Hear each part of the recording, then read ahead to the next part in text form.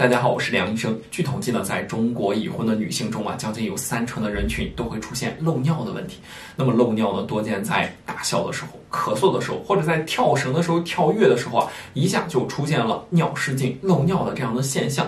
那么漏尿具体是什么原因导致的，又该怎么来调呢？我今天教你啊，中医2个方式，西医2个方式，帮你来解决漏尿的问题。那首先，漏尿啊，在西医上讲，最大的原因是因为盆底肌松弛，也就是我们骨盆底下的这块肌肉太松了，没法呢有效的去控制啊我们的尿的排泄，就导致在腹腔压力一大的这样的运动下呢，就导致尿液呢不自觉的排出。那么想要解决这个问题啊，首先第一个我们最常用的方法就是要锻炼这一块肌肉，尤其是在生育之后，就特别容易会损伤盆底肌，导致这个漏尿问题的加重。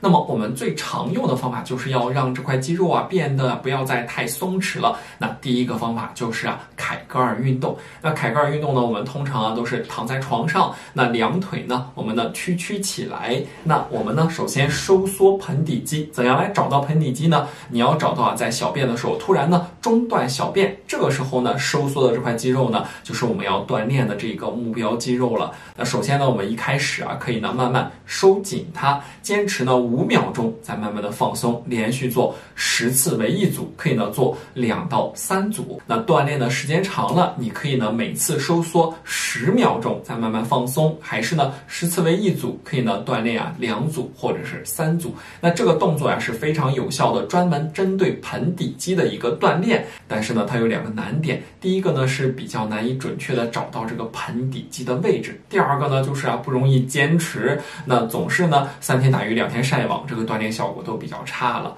那第2个方式啊叫做盆底肌锻炼器，这个呢在各种网站上都可以去买到。它呢是放在我们的大腿啊，通过呢我们大腿和这个机器的对抗来去锻炼我们的盆底肌。但是呢你会发现在对抗的时候啊，最多的去用力的这个肌肉啊是我们的股内收肌，那它呢有辅助去锻炼盆底肌的作用，但是它不如凯格尔运动直接。但是呢这个动作呀它呢比较好坚持，每天呢都可以去做一做，对于呢漏尿也有比较好的这样的帮助。那你呢去自己去买一买，这个也不贵，但是呢也要每天坚持去做。这是呢2个西医的我们常用的方式。那我再来讲2个中医的方式。那首先呢我们先来讲一讲用药。那因为在中医上讲呢，和漏尿相关的脏器有2个，一个是肾，一个是脾。那肾主生殖，肾与膀胱相表里。那如果说一旦肾气不顾了，肾气虚了，就特别容易会导致漏尿的问题。像这样的人呢，通常啊这个腰酸的厉害，还经常的来腰痛，稍微一弯腰啊腰酸的就不行了，腰酸腿软、记忆力减退、头晕耳鸣，还有很多人呢会怕冷、手脚冰凉、舌质淡、舌苔白。我们最常用的是啊补肾气的，比如说金匮肾气丸，再加上一个呢缩泉丸来进行调理。那第2个呢就是啊和脾相关，因为脾气它有非常好的固摄的作用，一旦脾气虚弱了，也容易导致啊这个尿液呢不能非常好的固摄，导致漏尿的问题。那多见呢会出现乏力、浑身没劲儿，感觉呢精神头特别差，那并且还容易大便溏稀不成形，消化能力也特别的差，一伸舌头，舌头两边全是齿痕舌。那么这个时候呢，我们最常用的就是补中益气丸了。那补中益气丸也可以搭配缩泉来进行了使用。